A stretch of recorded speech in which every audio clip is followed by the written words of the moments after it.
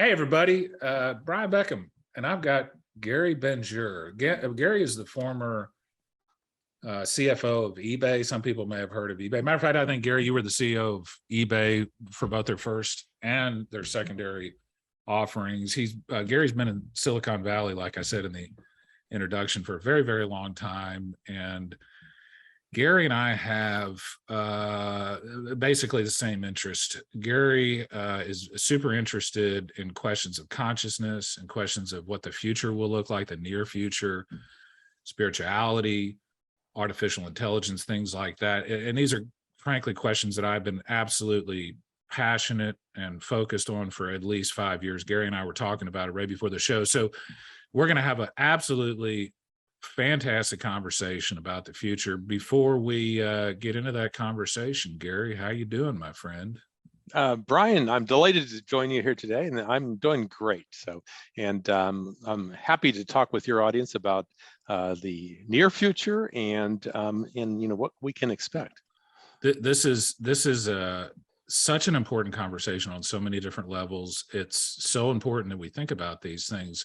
Gary, how did you get into this subject? I mean, like I said in the introduction, you've been very involved in technology for a very long time, but what is it specifically about the questions that you are posing in your book, Unfettered Journey, and some of your other writings? How did you get so interested in this stuff? Okay, well, let me just give a little bit of background. I've been actually thinking about some of those ideas for over 30 years, but in between, I had a career in high tech that was almost 30 years. I was fortunate enough to be involved in a lot of the major technologies, everything from life sciences research, where I was half a dozen years, to computer peripherals, to streaming video over the internet, to chip design, and then ultimately the internet with eBay. I was there as CFO to take them public. Hung around till there were a few thousand employees and $100 billion worth plus of stuff being sold, and then I had the opportunity to do other things like philanthropy, and importantly, I went back to school. Actually, I went back and backfilled an astrophysics degree, got interested, and some philosophy classes, backfilled a philosophy degree. Then I got a master's in philosophy focused on philosophy of mind, thinking, what is the mind really? Beautiful. And I was writing some serious philosophical papers, and then decided that actually I thought some of these topics were very important to try to get in front of a broader audience, and that was the long story of how I got to my book Unfettered Journey, which just came out a year plus ago. Yeah, and so you and I we kind of did it a little bit in the reverse order, but we have a similar background. So I have degrees in computer science and a degree in philosophy. My philosophy focus was more about ethics and morals, and whether there was such a thing as objective morals, questions like David Hume's question about turning an is into an ought, things like that. Mm-hmm. And yeah, wonderful. Okay, well, so we totally overlap, Brian, in terms of interest here. Yeah, for sure. So some of those deep questions, people, we're so busy in our day-to-day lives that we don't think about them. So that's what I did with this book. That's where it goes. And the book takes place in, I call it the near future. It takes place in the year 2161, 140 years in the future. And I picked that for a particular reason. And so the book talks about where we will be then, I think, in terms of technology. And then it explores some particularly important issues like, robot consciousness. Is it possible? And what will the world really be like when we look ahead? So I think, Gary, and I don't know if you agree with me or not, but my personal view, and my personal view for the last 5 years, is the questions about consciousness and the questions surrounding consciousness are the most important questions we can ask as a human race. I don't think there's anything more important. I don't think there's anything more important than looking into the near future and how things like artificial intelligence and robotics and quantum mechanics and things like that will change us as a species. I actually have I don't want to say this is really a gotcha question, but sometimes I think, Gary, so your book talks a lot about what you call the near future, next roughly 100 years, and robots and things. My question for you is, how do we know we're not already all robots already? Okay. Well, and let me give you the context of that question, because when I see people looking at their phones nowadays, sitting in a park or whatever, what I see a device that's programming a human mind. I don't see a human mind programming the device anymore. And so well, okay. the question is a little tongue in cheek, but serious. Like, how do we already know? Brian, can I hold that question for just a minute? Because I think to kind of to give an answer about what I really think, maybe I should paint the picture first of how I see this evolve. And I think, I have a very hard science view of the future, which is different than some other people who talk about the future. And so I think that's, let's be grounded. I think some of your audience, they're real engineers, they're military people that have to go out there and, the pragmatic world rules what happens to them then. And that's my grounding. So I am not one of the science fiction writers who is off on some crazy tangent. And I like to call some of those folks out, I think. So maybe I'll start with that. So, well, what can we say about the future? Well, the first thing, it's a non-linear, complex, adaptive system. I'm on the board of the Santa Fe Institute that deals with complexity and nonlinear dynamics. And have you ever met Cormac McCarthy there? Oh, Cormac is a good friend of mine. In fact, I was there a couple months ago. Favorite authors of all time. I drove him to his house drove him back to his house on our last meeting in May. So yeah, he's a great guy and brilliant ideas down there. But in fact, for example, there's now the question: are we in a recession? And they passed a document around in the Santa Fe Institute from the board president, and it's basically from a number of economists that say even the best economists don't really know because it's a nonlinear system. So let's be clear about what we don't know. Did we know that the Ukraine war was going to start in February? No. Okay. So I can't actually tell you what will happen tomorrow. Okay, because it's nonlinear. But what I do think is that we can look at technology trends and other things that are going on, and we can start to explain what will happen in the future at some point. And we can actually say some things that are perhaps highly likely.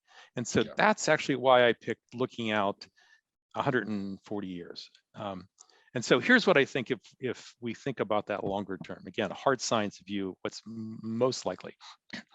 First thing is that I think that the two most important technologies affecting humankind in this next century are bioscience, and then secondly, AI and robotics, okay?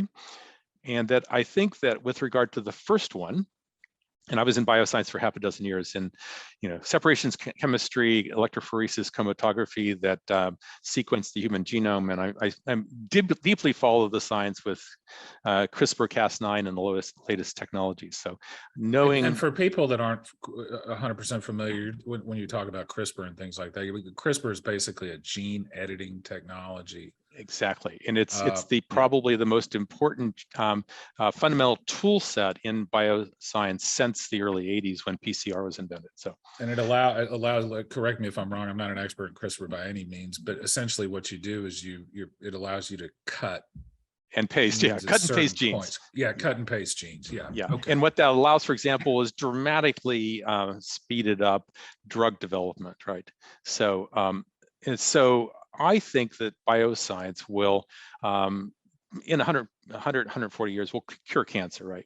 We'll have a dramatic change in some of those things about our life. So it'll be very important. But what I think is, in some sense, we won't notice because, think about it.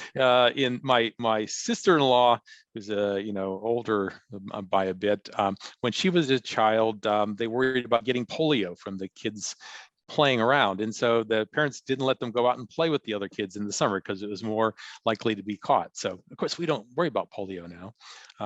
Not even a thought for most of us. Yeah. Yeah. So I think, we will certainly live longer. I don't believe we'll live forever at all. We could have a median lifespan that's 10, 20, 30 years longer, something like that.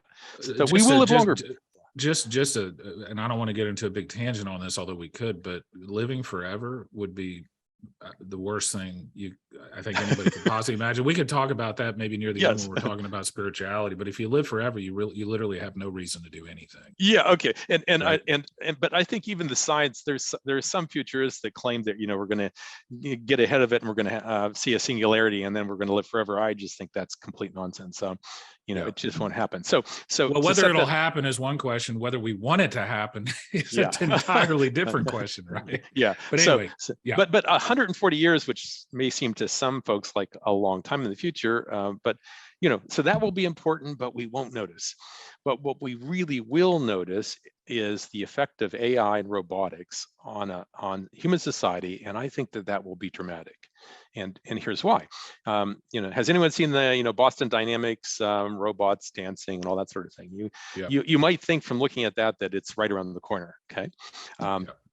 Okay, and in fact, there were some, I think 6 or 8 years ago, one of the major consulting companies suggested by 2050, 70% of the jobs would be automated, right? So, lots of those things are looking silly. And so my belief is that that progression is sort of more like the development of the car, the automobile. Henry Ford over a century ago and had a mass-produced car. We see a lot of them, but it really took like a century to get the car to be what it is today. You need roads, you need legal systems, and so I think it will take a lot longer. But I think that you can see the engineering path and the reasons why it will go from point A to point Z, and that we will eventually have these fairly ubiquitous robots, right? And so we will notice those in our life, okay? Yeah. And the reason for that is the economics. I think we talked about some of the military listeners on this. We already see in the military how much robots have become part of it, and there's a reason for that. You want to have a robot out there rather than a person, so that you minimize casualties, right? So the military will pay for this. And I tell you, Gary, I had the commander of Nellis Air Force Base, a former Thunderbirds jet pilot, on my podcast, and he said in 10 years, there won't be manned aircraft. Essentially, it'll all be drones or AI or stuff like that. So yeah. There's a question whether the F-35 is the last manned aircraft, right? The last manned aircraft, yeah. And I think there's a lot of people that, especially military people, that say, well, that stinks. We're not going to have any more Top Guns, but we're also not going to have fathers dying in wars and leaving widows and children by themselves nearly as much. So in fact, I'll digress for just a minute, because talking about the military, in my book there is a scene which envisions future war, right? In that year, we have robots guarding the borders, and there's a discussion on lethal autonomous weapons today, right? And big discussion. And there's some idea that we will ban them by international convention. And my conceit in this is, they're only allowed border patrols and prisons. But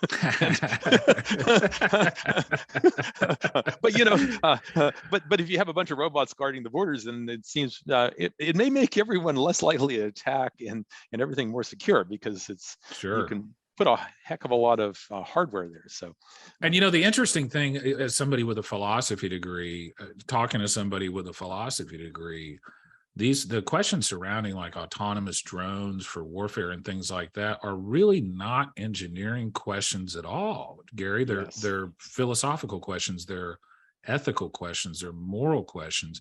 Some people think there are objective, quasi-scientific answers to ethical questions. Some people don't. But the point is, at least in my view, the engineers in Silicon Valley are not the people that should be necessarily the only people that should be deciding these issues. Like, we need philosophers, we need people that are conversant in both technology and philosophy Absolutely. that can talk about I mean, these are huge questions that we're talking Absolutely. about. Yeah. Yes. So to the robots, then I talked about the military thing, but essentially what will happen is you will have the continuation of what's happened the last 30 years. You have automation replacing people, right?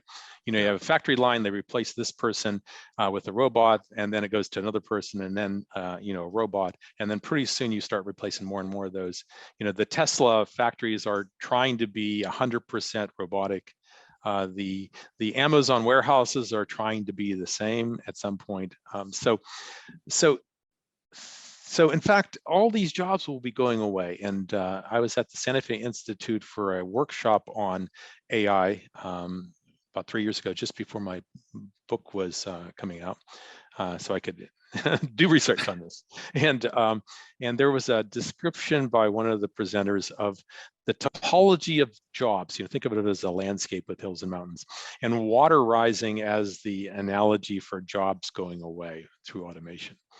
And so then the question is, well, what jobs are at the top of the mountains, right? And one might argue it's something like yours, Brian. Podcaster, hard to automate that, or politician. Okay, they won't leave. Or I argue a roofer. The guy that climbs up on the roof with a bunch of shingles, because it's really hard. So you can imagine. How about this one? How about a nurse? Well, but in Japan, they're looking for robots that will take care of elderly, right? So I don't know. Have you ever heard of the philosophical problem? I think they call it the uncanny valley. Yes. So for people that don't, I was pretty confident that Gary knew exactly what that was. But basically, the uncanny valley, for people that aren't familiar with this idea, is as robots get more human-like, they get creepier, and like the closer they are to being robots, the creepier and weirder they seem, until they reach the point you can't tell the difference. So you would think it would kind of be the opposite, as they get closer to humans, the more human they seem. Actually, the weirder it seems. That's because we have an evolutionary thing to notice small things that are weird, right? Small things that are off. And so, Gary, one of the things I've been noticing recently is, like, on Facebook, when I see these news stories get fed up, it's clear to me that a lot of these news stories aren't written by humans anymore. They're written by robots, because the wording is just a little goofy, right? Exactly, it's just a little goofy. Yeah. Little do you know that most of the baseball scores and box scores are written by robots today, right? Are they really? Yes, wow. They already are, Well, and here's another cool technology point that a lot of people don't realize is the CAPTCHAs, where you identify like lights or bikes or whatever. Everybody thinks you're doing that to prove you're not a robot. What you're really doing is you're helping program AIs. That's exactly the whole point of that. Exactly. You're helping their data set. Yeah. So in fact, in my book, I imagine, 140 years in the future, we have sort of standards, right? And so there are two kinds of robots. There's a mecha, which is this tall, 3-meter robot that can reach up another meter, and it has a triangular face and it's blank. And it doesn't talk to you. Okay. Yeah. It kind of does stuff. And then there's another robot called a Pipabot, which is shorter, round face. It has these cartoon features. It's shorter so that it's not intimidating. And that's the one you talk to, and it sort of gives orders to the other thing. So it's an interface kind of robot. And these are all standardized because we figured out how to standardize them. And there's sort of a, and so I think that what will happen as we go forward is it's sort of inevitable, right? That these things will get better and better because the economics will drive it. Yeah. And then they'll be walking around among us. And as opposed to some of the, the Terminator, they're all going to kill us. I think that they'll be basically annoying for a long time. Because they'll just do stuff that is sort of odd, right? That's not quite human. It's the wrong response, and then the programmers, as I say, you're a computer science, and it's just ones and zeros. You got to go back and fix the code and make it more and more believable. That's fundamentally right now. It is just ones and zeros. Matter of fact, Gary, I can still remember programming computers on Unix machines in hexadecimal and having to Me too. That's hard. I mean, I can't believe I ever did that. Yeah, but yeah. So I guess now might be And what Okay, I'd like you to do here, yeah, but one more thing on this one, because sure, so I said that I said to recap, I said that the two most critical technologies that will drive things for this next century plus are bioscience and AI and robotics, yeah, and that AI and robotics will be the one that we notice, yeah, and that given the economics, given all of the forces that are there in terms of how the markets work and everything, those will just keep on getting better and better. They're still machines, and they will replace more and more jobs. So now we can imagine what happens. So let's talk about the economics a minute, because I think this is crucial. As what I think is highly likely, it is that jobs will go away. There'll be more robots.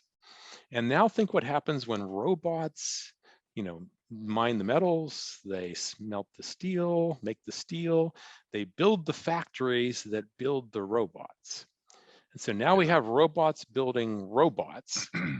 And so we have suddenly, for the first time in human history, that productivity is divorced from our individual labor, right? Yeah, which is a So today, massive deal, yeah, massive so deal. today we look at labor productivity, and that kind of basically tells us how much more stuff we have per person, right? And Yeah, so we're expecting each of us to be more productive. But what happens when you have 20, 30 robots running around doing stuff for you? Because you can just have robots make more robots. And so now there'll be a lot of stuff, but there won't be any jobs, yeah, right? And so here's the end. So I'm a finance guy too. So I ran a model looking at US GDP running forward and world GDP running forward to 2161. Just taking the more recent, the last 10, 20, 30 years of average productivity gains, right? And it turns out we're going to have somewhere between 10, 15, 20 times more stuff in 2161 per person than we have today. If you just assume the population will do what the demographics thinks, which is it's not going to grow very much. It'll go up to 10.5 to 11 billion, then it will fall. That's what the predictions say. So we'll have a lot of stuff, okay? But we won't have any jobs. yeah, And so then the big social question is, how do we cross that chasm from now to there, where and then who owns the robot factories? yeah. So this is such an important question. So, and Gary, one of the things that I hear quite a bit on this, the robots taking everybody's job kind of line of thinking, is where are people going to find meaning? And if they don't Right. have work, and I question, there's some assumptions that underlie that question. And obviously the screaming 10,000 foot tall assumption is it's only work. You can only find meaning through work. And Mhm. I don't think that's true. Like I can envision, I mean, I can envision a society where people aren't working and robots have taken over all the labor and it's bad. But I can also envision a situation where robots have taken over all the shitty jobs that nobody wants to do. And Right. that, and then everybody all of a sudden now has time to listen to music, create music, listen to art, paint art, practice martial arts, spend time with their family. Like I can imagine this going in different directions. And if the assumption is going to be you can only find meaning in work, that's going to probably not lead us in the best direction. But I don't necessarily see that as true. So what does the future look like 140 years from now, from a human perspective, like in terms of meaning? Like how, if we don't Perfect. have any jobs, where do we find our meaning from, Okay, Gary? that's a perfect question. And that's exactly one of the main themes I raise in the book, Yeah, because I imagine that world, as I said, in a hard science view, which I think is a highly likely world where there'll be robots, going around doing jobs. And then let's parse that a little bit more. Will humans still be competitive, do you think? it depends on what you're talking about. So and this is what I like to tell people when it comes to AI. And by the way, for when I'm talking about AI right now, I'm not talking about artificial general intelligence, i.e., independently intelligent Yes. non-human creations. I'm talking about very focused intelligence. So like a chess, humans will never beat computers in chess ever again for the rest of eternity. It'll That's right. never happen, right? That's right. And so Yes. when you talk about, and there's not going to be any radiologist in 10 or 15 years. Yep, Computers are that's right. already far better at reading radiology screens. And we could go on and on and on about these things. So the question you asked was, are humans going to be competitive? And I would say in certain areas that they're going to have absolutely no chance for. They will never ever be right. But I guess but my in point other is, areas it might be different, right? well, I think that we're basically animals, right? And we compete. That's how we kill the deer and survive better. So yeah, we're going to be competitive animals. We're not going to change our fundamental nature. Yeah. And so there's a lot of futurists that imagine these crazy scenarios, upload brains and we'll be cyborgs, and Yeah.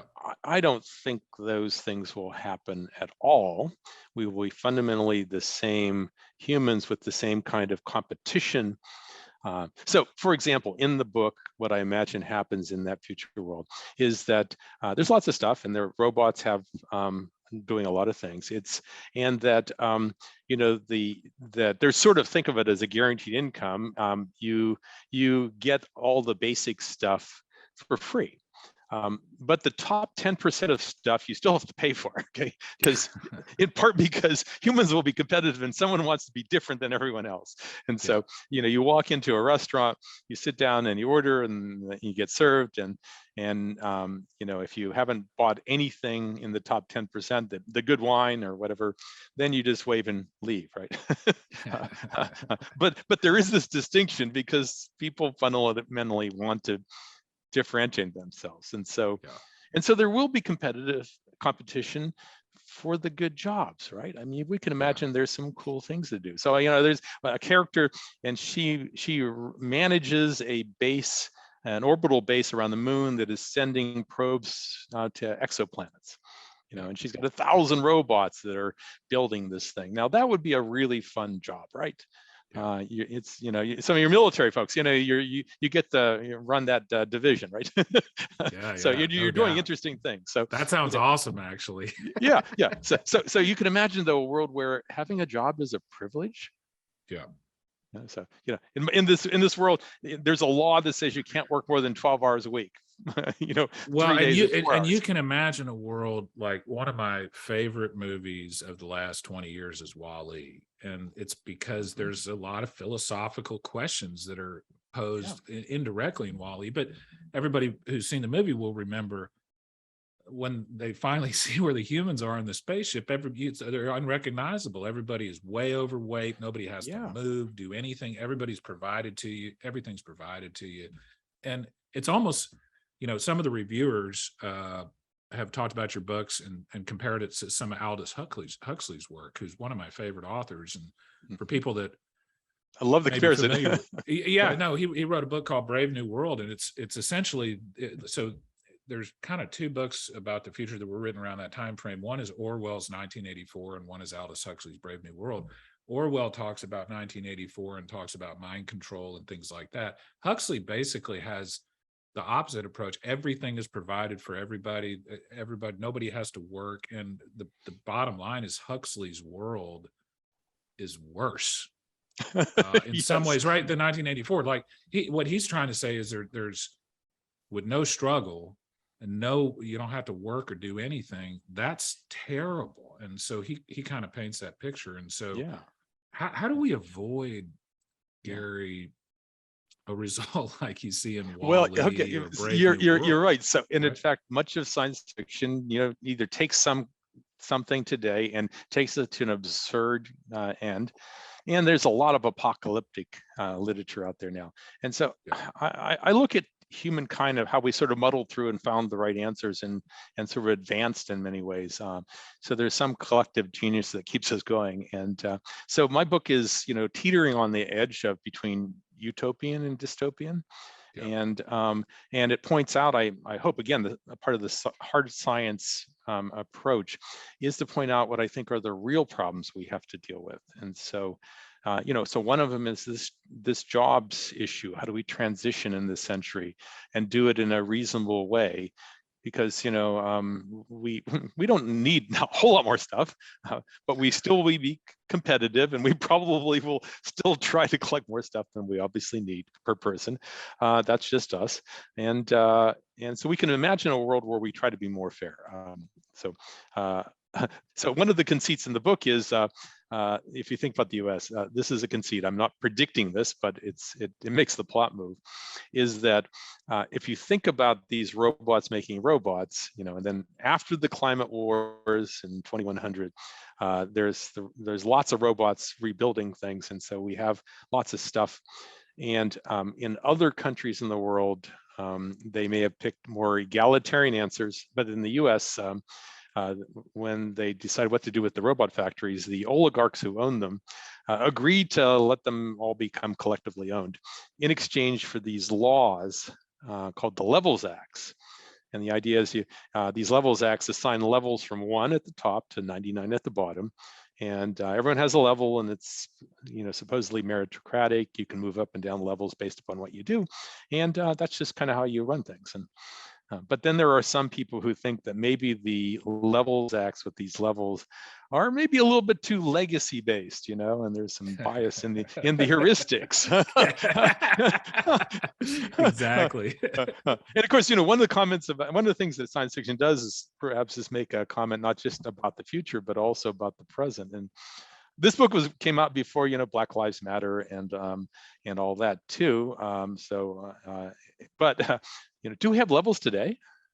We do. Well, in some respects, we do. We for sure do in places like communist China, for instance. They have social credit scores and things like that. Yes. A little dystopian for some people, a little 1984ish for some people. But you made a comment at the very beginning of the podcast, which I think was kind of a brilliant way to put it, and that is with the bioengineering and stuff, we won't even notice it.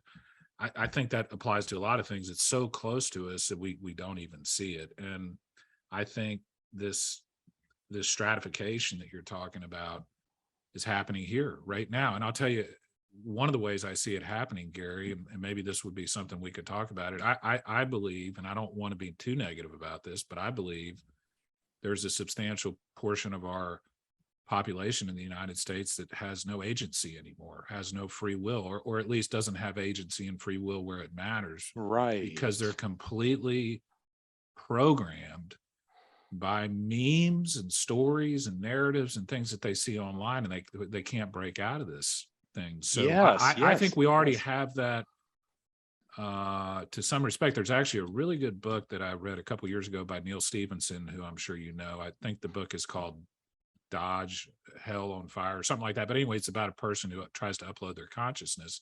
The beginning of the book, he talks about how there's a whole swath of the population in the United States that has no agency. They just sit around like in Wall-E and watch entertainment shows, and they literally have no connection to reality anymore. And I would argue that we're there now.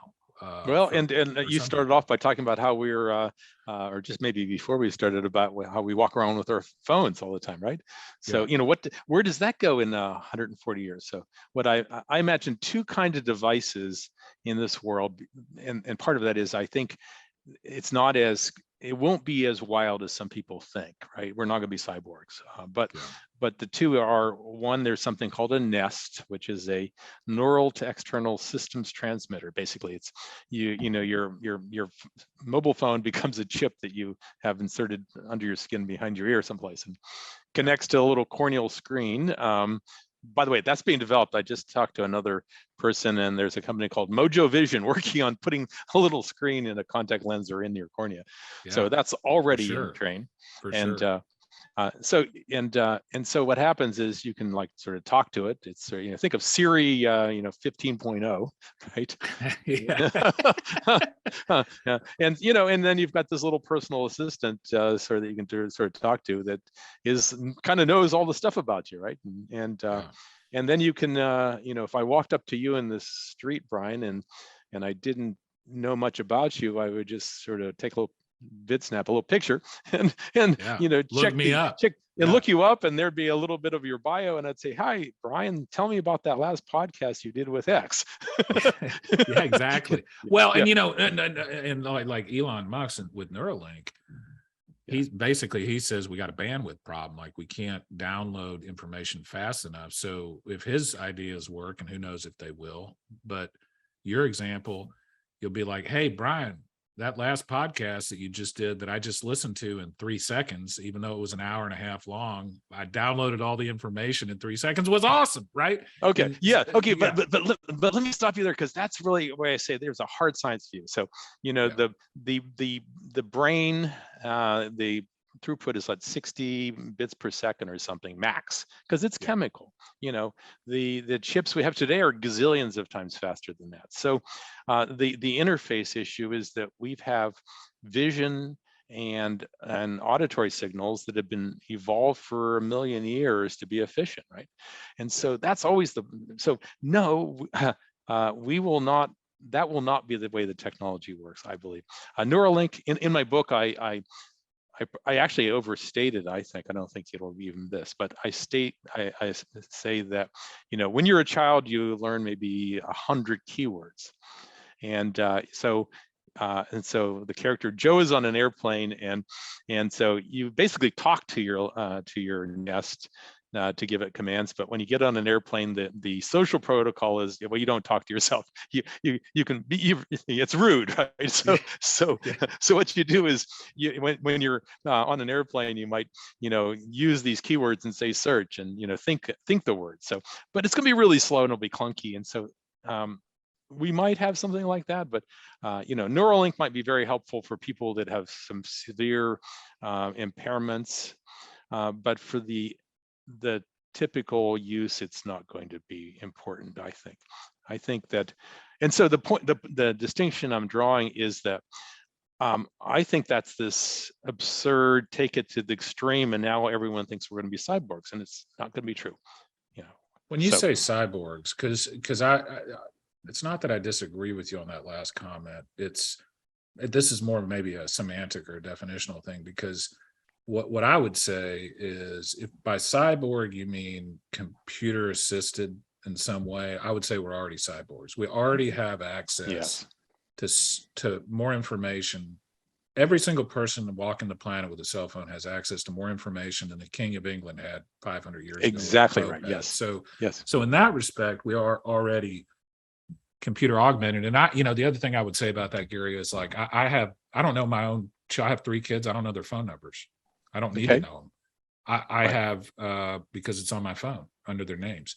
Yes. I don't know directions to a lot of places, nor do I care, because my phone will take me there. So the parts of my brain that used to be taken up with that sort of task are gone. Like, I don't need them anymore. So in that respect, I think we are. I totally agree. We're on the same page. Yeah. But I think that people then imagine this sort of crazy parts, robot that we'll become, and so when I describe, I said there's 2 devices, and that's kind of it. And so I think She's Single magazine, one of the reviewers says it felt eerily authentic. So as soon as you get past a couple things, imagine you actually put a chip, in your head someplace, a tiny little chip, and that you can have this capability. But then you can imagine it's kind of like just your phone, right? And I mean, the book opens with this. Joe having this sort of buzz of all this conversation in his head, because imagine you've got all the social media and you've got instant access to it, and you could just be talking to you right in your ear, tied to your jawbone. You can just have the vibrations give speech, right? So, but and so Joe has to turn this thing off so he has a clear head, so he can actually think about what his purpose is. Back to your comment. It's like the Matrix. I mean, it really is like the Matrix in some respects. It's a light version of the Matrix, but I find myself, Gary, all the time now saying I feel like the data is constantly coming in, and I need some time for the data to stop coming in, so my brain can just sit there and daydream and wander. Okay, so and I think some of our listeners might like the part of the book. There's a large section of the book that goes, and I won't give the reasons why, but it asks the question, could you survive without any of this technology? If you were out in the middle of nowhere, could you, get along without any That's a of it? great question. That's a And so, fantastic question. and so then part of the book is to show the contrast with our technology, and then you can think about the pluses and minuses of those two, and then you can ask yourself, well, how do we let this technology invade our head and take up all of our mental attention, right? So there's a couple, and your book's been compared to not only Aldous Huxley's Brave New World, but a combination of that and Isaac Asimov. And yeah, I love that. yeah, no, that's super cool. And am I remembering it? It's either Dune or the Foundation series. Series, yes. Yeah, yes. where they have outlawed computers essentially because of the dangers of AI. Yeah. And so now you're looking at a human society that's way, way far in the future, but they don't have artificial intelligence because they think it's too dangerous. Okay, so I think, and you started this a long time ago, and I deferred you. So now we can get back to that conversation of, okay, well, what about these robots, and are they conscious, and do we have to worry about them? And so maybe we can turn to that now.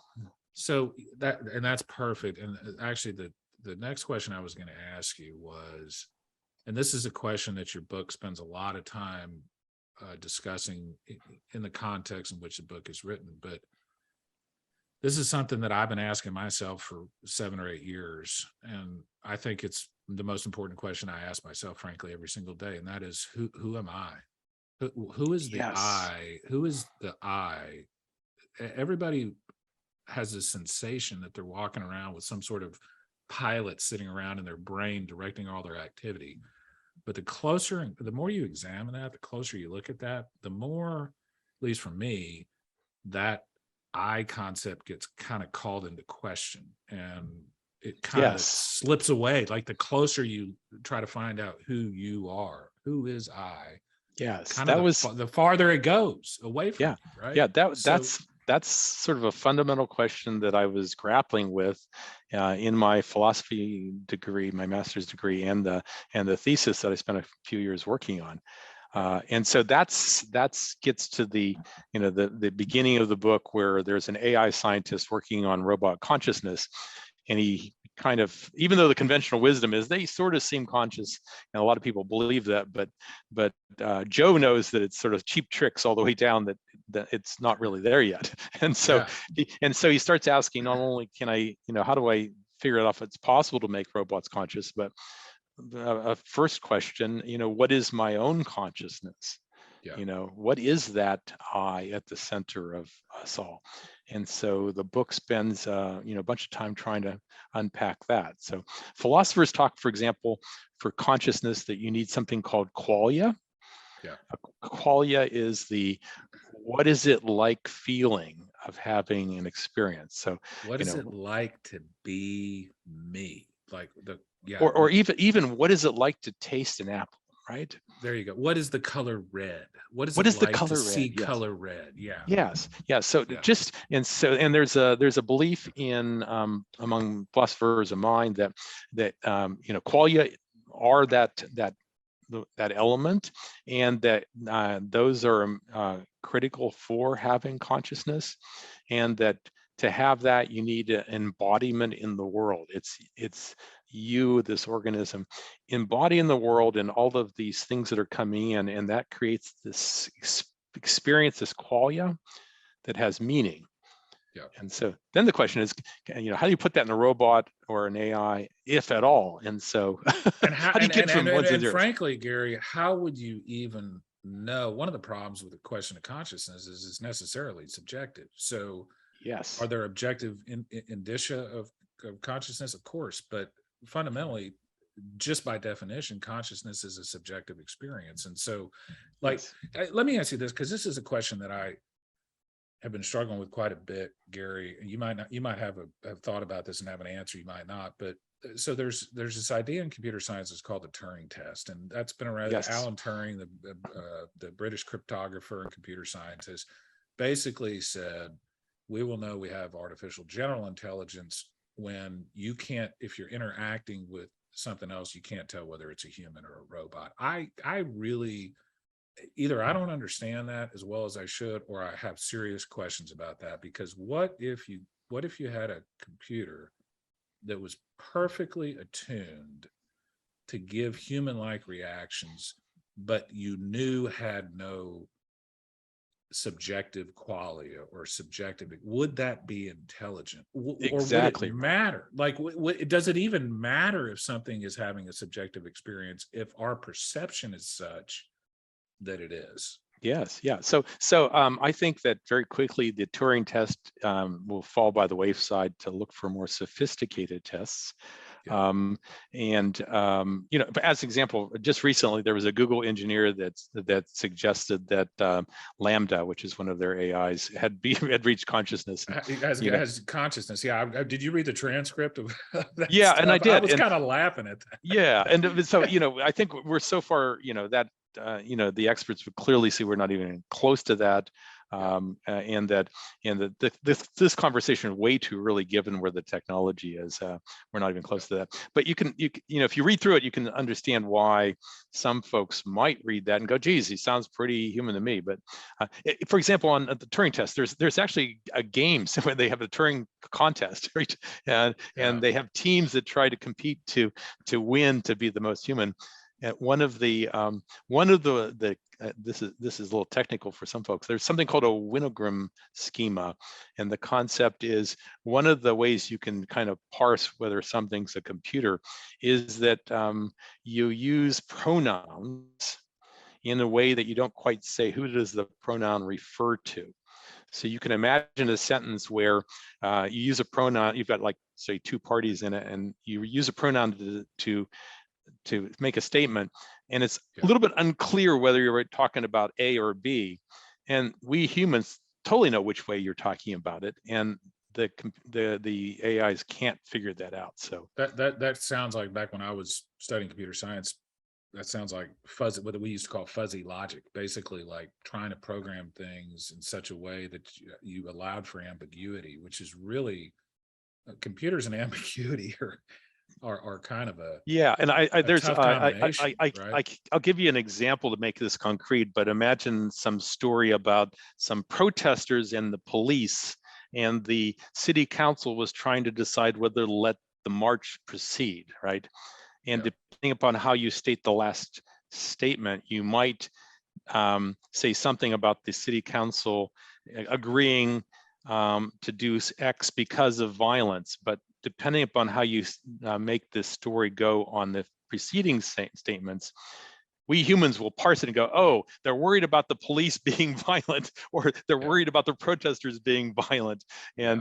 And so and you can structure those sentences where it's obvious to humans what the last statement says, that the they refers to one or the other, and robots never get that. So Yeah, and there's that's a great example. Another example I think about sometimes is like when I'm catching a ball, I think about all the calculus and different kinds of math that's involved in that, and how my brain just, it's like effortless how I mhm, do that. Whereas if you were to program a robot to do like these Boston Scientific robots that we all see jumping around and doing flips, it looks effortless, but the amount of engineering and the amount of programming that goes into that is incredible. It's massive. right. It's kind of like the chess machines or the machines that play Go, where after you get to a certain number of moves in chess, 13 or 14 moves, there's literally more combinations than there are atoms in the known universe. And so you can't you can't use pure brute force on a chess program or a Go program. You have to Mhm. leave a little room for the computer to essentially make kind of intuitive, I don't know if intuitive is the right word, but intuitive But connections, right? but what's happening is on those things that are physical, they're getting so good. And of course, the human animal, we were programmed over a million years to outrun the big cat, right? So Yeah, we got really good exactly. at it. And Yeah. and I think the robots will get really good at those things. It's the problem of hard consciousness. What is it really? And as we get closer to that. Let's define real quick what we're talking. When we say the hard problem of consciousness, what distinction are we making there? David Chalmers coined that term, and so there's, without going too much into detail, there's sort of a hierarchy, and the hard problem is that most central one. What is it really, and how do we know? And and that's where things like qualia come into the conversation. And so what is really consciousness itself? And Have you read any? Are you familiar with Douglas Hofstadter, the yes, computer scientist? Yes. So last year I read Gödel Escher Bach for the first time, and I read Strange Loops Wonderful twice. book. Yeah, beautiful, beautiful book, and what a beautiful mind too. And if you haven't read Strange Loops, that's basically a shorter version of GEB. But anyway, Douglas Hofstadter is a computer scientist who's thought about this hard question of consciousness forever. And one of the questions he poses in the books that we're talking about is, how does consciousness arise out of this biological substrate, like this emergent phenomena? And what he basically concludes is we're all loops. We're all like recursive, self-referential loops, and at some point consciousness emerges out of that. And I need to mention this too while we're talking, Gary, because this is something that causes me quite a bit of heartache. There are a group of scientists out there and philosophers of mind that are totally reductionist, and I think that's a huge error. And what I mean by that for the listeners is, there are people that believe that at some point we will be able to reduce consciousness to the fundamental atoms or electrons or whatever molecule you want to pick. Like we can reduce it to the lowest possible level and explain it. I'm not really sure that'll ever happen. I think there are these things called there's things in philosophy and the philosophy of science called emergent phenomena. So yes, one example you can use is there's a statue to Winston Churchill in England. Why is that there? A reductionist would say, well, that 7,000 years ago, this happened, and then that happened, and then these molecules formed, and this molecule and that. And has no explanatory path. That is not the question, and it's not a good answer. The better answer is to say, politically, and right before World War II, Churchill was telling everybody Hitler was danger, and nobody would listen, but he was brave. That is a better explanation, but it doesn't explain it on a fundamental reductionist scientific level. I don't think, maybe we'll be able to explain consciousness reductively, but it seems to me that consciousness is just, for our own personal experience, like I would argue that an infant has very, very little consciousness, and that consciousness grows over time. Hofstadter would say the same thing. He would say there are people with more consciousness and people with less consciousness, and it grows over time. But the point is I think it's an emergent phenomena. And Brian, I'm totally on your page about that. Let me give two directions to respond to that, agreeing. First is, I wrote the book Unfettered Journey as an entree to a lot of these conversations. I actually wrote something that is the appendice, which consists of 3 deep philosophical papers that explores this, mostly for philosophers, because it's a little too rigorous. But one of those papers, the third, argues for a way to think about going from, the bio world that we live in as animals, as conscious organisms, and how did that come about to create consciousness at that level? And I use a tiny worm that has 302 neurons. It's been one of the model organisms studied for many, many decades. It's the smallest number of neurons that we can actually study, and ask the question: does it have, what's going on in that little brain? Does it have mentality? Is sort of the first level of the mental, right? And I argue that does have mental. Clearly, it's a long way from consciousness on any kind. But it shares some of the Hox genes with humans. Okay, Hox genes are important in the creation of our brain, right? So there's a direct biological path between this tiny little worm and humans in terms of the mental. So that's one. If someone wants to go very deep, they can look at those 3 papers. in terms of the emergence, yeah. By the way, I'm going to read all and three of those papers. That sounds super interesting to me. Okay, yeah. And in terms of emergence and reductionism, I totally agree. Part of the Santa Fe Institute's look at the world as a complex adaptive system. It's reduction doesn't explain it. And let's talk about mentality in a minute about that reductionism. I use an example in one of the papers, but imagine a hunter with a bow sitting in a tree stand, waiting for a deer. And there's a reason why they're there. They need to eat. And the deer walks by and they pull back the bow and they let go. Okay. And now the reductionists might try to explain what the heck happened there in terms of atoms bumping into each other and everything. Yeah, but we can think of the absurdity of that, because what causes that action to let that bowstring go? It is, a need for food. It's an understanding in that mind about what happens when that arrow is released. And the world of that deer walking down the trail is just the way the world is. It's complex and it's nonlinear, and suddenly, they're dying. That's well, and it kind of reminds me of there's actually mathematics like fluid dynamics, the way gases behave and things like that, which physics, we cannot individually isolate each atom in a gas or a liquid or stuff like that, but we can analyze it as a whole and make very, very accurate predictions, even though we don't understand what's happening on a reductive level. I think the point that Gary, you and I are talking about is that, like your example with the hunter and the bow, my example of Winston Churchill's statue. Yes. You understand far more about both of those issues on an emergent level than you ever would at a reductive level. Like the person that understands why that statute is there historically has a better explanation than the person who understands it from an atomic level, right? Exactly. So, yeah. And in fact, we would both argue that the atomic level doesn't explain anything, right? It explains nothing. It explains absolutely nothing. And, the deeper you go on the atomic level, more things start to behave in strange ways, and kind of, you lose.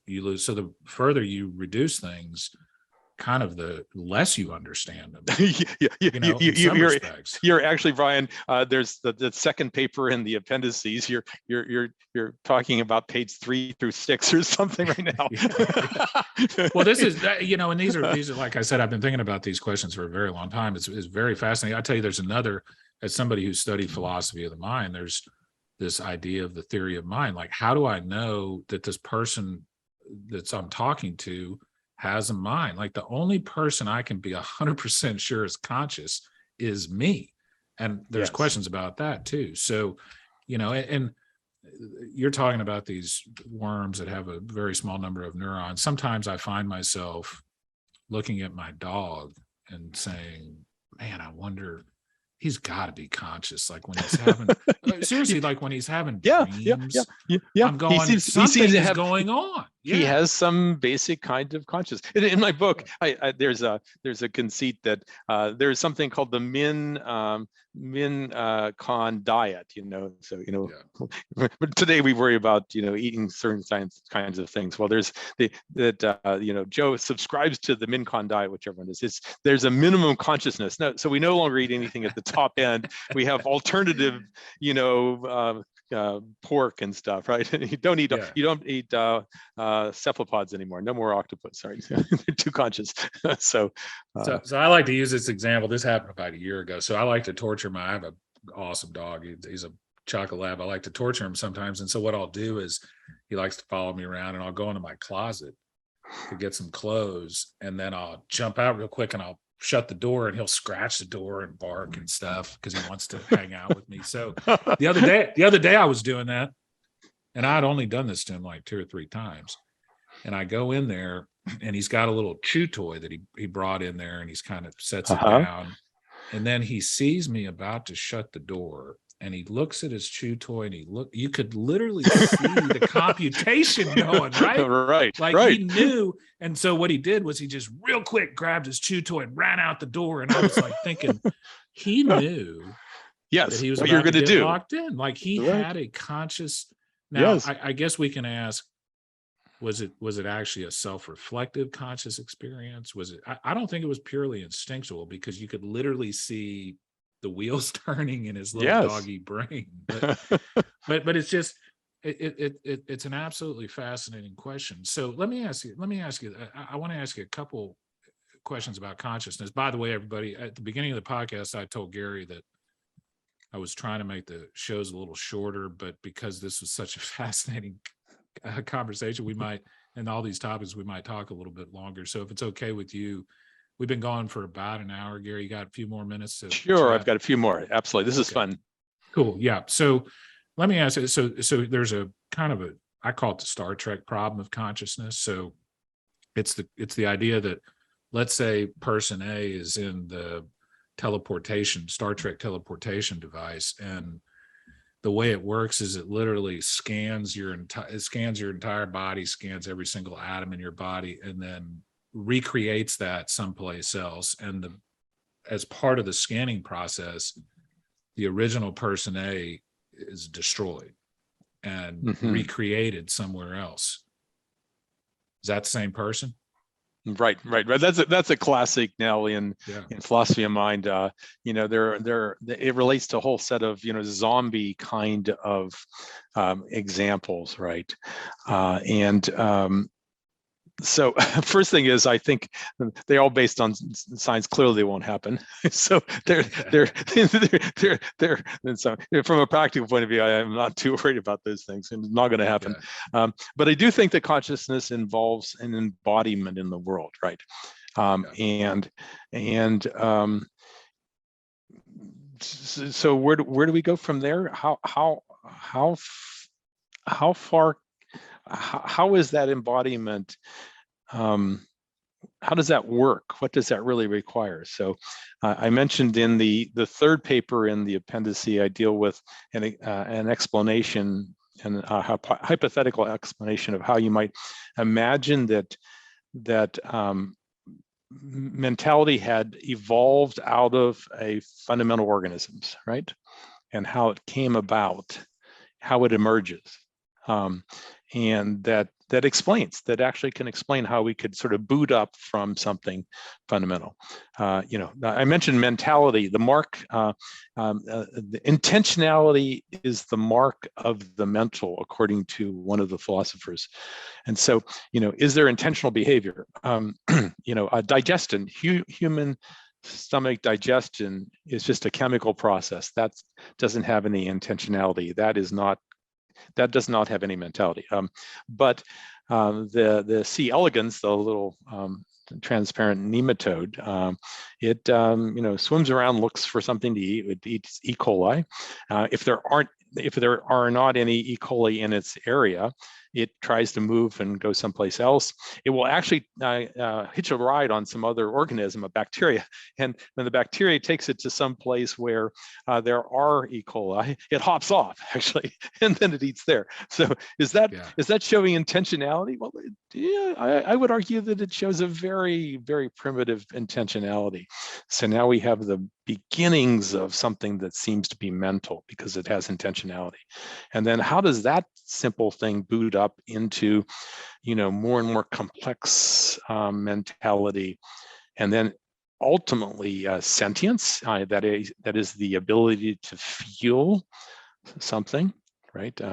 There's nociception, which is just avoiding pain. Okay, sea sponges have that; they will move away from pain. But dodge pain, for sure. That's not mentality at all, and it's also not sentient. Okay, you got to go up a level above the sea sponge to actually get to, I feel pain and I'm going to go away from it.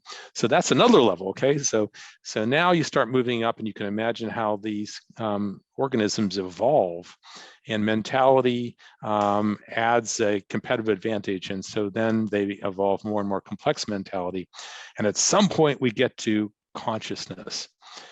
Does that start with your dog? Yeah, could be some kind of primitive consciousness, maybe. We tend to think, there's one test, does the creature recognize itself in the mirror as themselves? So various That's kind of that's kind of a theory of mind type of question, right? Yeah, Like, yeah. like you look at your dog recognizing. looking in the mirror, and sometimes the dog literally looks like he's looking at a blank slate, but some dogs kind of, Yeah. they'll kind of, is that me? Yeah, Kind of thing. yeah. Well, and in fact, various apes do recognize themselves. I think elephants recognize themselves. So there's a consciousness there, and that's one level of that, is that quote unquote consciousness. So that's how I think that the mentality has evolved. Okay, how you can imagine it coming about, emerging out of this, becoming more and more complex, and then getting to a point. Even our consciousness is not. I think we overstate our consciousness. We have an imagined, but it's pretty primitive consciousness, actually. It is. It's not quite as people like what we perceive is reality is not reality. Now, how far that's warped by our minds and our emotions and how all that works, who knows? But that there's I don't know if you're familiar with the physicist David Deutsch. He's written some unbelievably good books. The Beginning of Infinity is one of them. The Fabric of Reality is another one. But one of his tests for consciousness is if you kick something, it kicks back. Okay. Which I kind of like, right? Yeah. So in other words, if you put some stimulus on something, there's some sort of reaction to the stimulus. But I would go beyond that for consciousness. That's the Venus flytrap does not. I'm glad you brought that up, because there is an absolutely fabulous new documentary on PBS called The Green Planet, where the David Attenborough has taken different kinds of time-lapse cameras and stuff and shown plants in such a way that they absolutely appear conscious, like the way they move, the way, because you can observe things the way they film these that you can't observe in real time. They're so slow. So, I sit there and I'm watching great examples of Venus flytrap, which I don't think really probably has much consciousness, because how does it know that there's a fly in there? You know how it knows? Yes. Because if you tap a Venus flytrap twice, it won't close, because it could be a raindrop or something, or a piece of dust. The third time, boom, every time. Yeah. But the point is like there are people that believe in something called Panpsychism, which is that essentially all matter has some rudimentary consciousness. But I actually think the philosopher Thomas Nagel maybe posed this question the best when he wrote this article called "What's It Like to Be a Bat?" So I love that article. Yep. Well, you're on the same page article. I am. Yeah, it's a phenomenal article. And so for people that aren't familiar with this, basically Thomas Nagel's a philosopher of consciousness and of mind, and he wrote this famous article where he said, "What would it be like to be a bat? Like, what would that experience be like?" And I think my main takeaway out of that is it would be like nothing. It would be so far beyond what we're experiencing right now as to be a different phenomena. Well, yeah, and let's. I use those same examples in the book, actually, Unfettered Journey, and I use the example. What is it like to be a hawk? Well, the reason I picked that one rather than the bat is, it turns out if you look at the human eye, we have 3 alleles that give us color vision. Okay. And it turns out that we had the first 2, which gives us sort of a dog kind of black and white shaded vision. And then they've actually, in the DNA analysis, they've recognized that suddenly there was a mutation that created this 3rd allele that gave us color vision. Okay, and from that point, it rapidly propagated through all of humankind.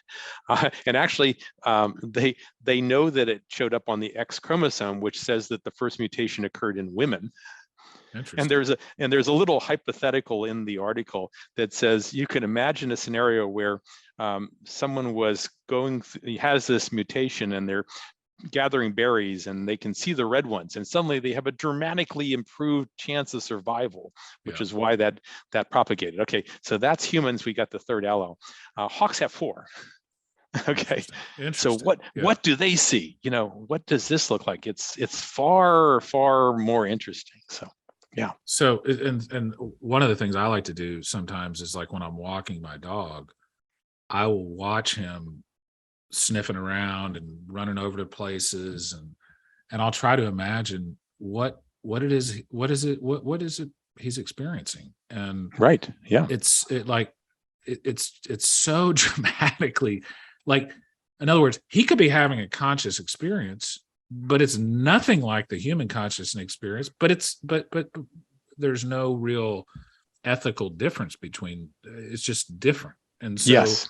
I don't understand, like, that could easily happen with at some point artificial intelligence, like a non-biological robot, for lack of a better term, could become conscious, but that consciousness could be nothing like the human experience. It might be so different from the human experience we wouldn't even recognize it as consciousness to begin with, right? Yeah.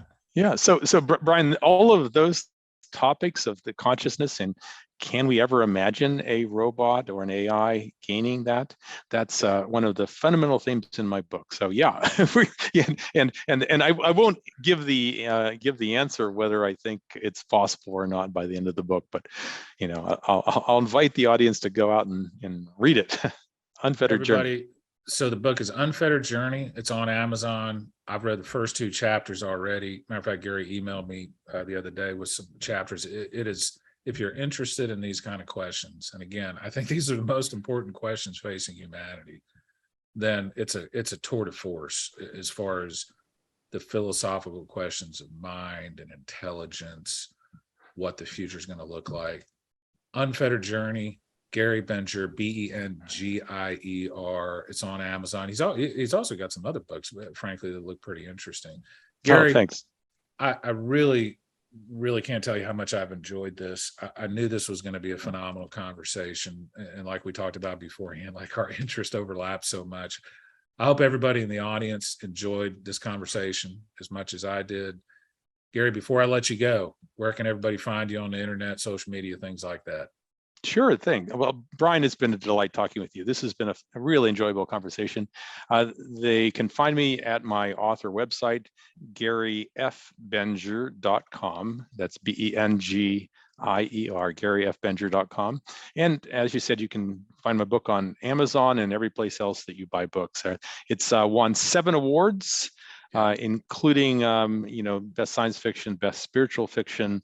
It won the Eric Hoffer Award, the noted philosopher, and it's now in 8 languages as well. So, and we didn't get a chance. We were actually going to talk about this. Maybe we'll do another show on this. But for people that are interested not only in scientific questions, but in spiritual questions, this book talks about those in great lengths, because we really are talking about the intersection of science and spirituality here. So whether you're a scientist, a philosopher, whether you're a spiritual person, or some combination of all 3, this is a great book for you.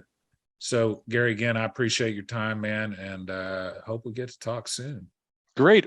Thanks so much.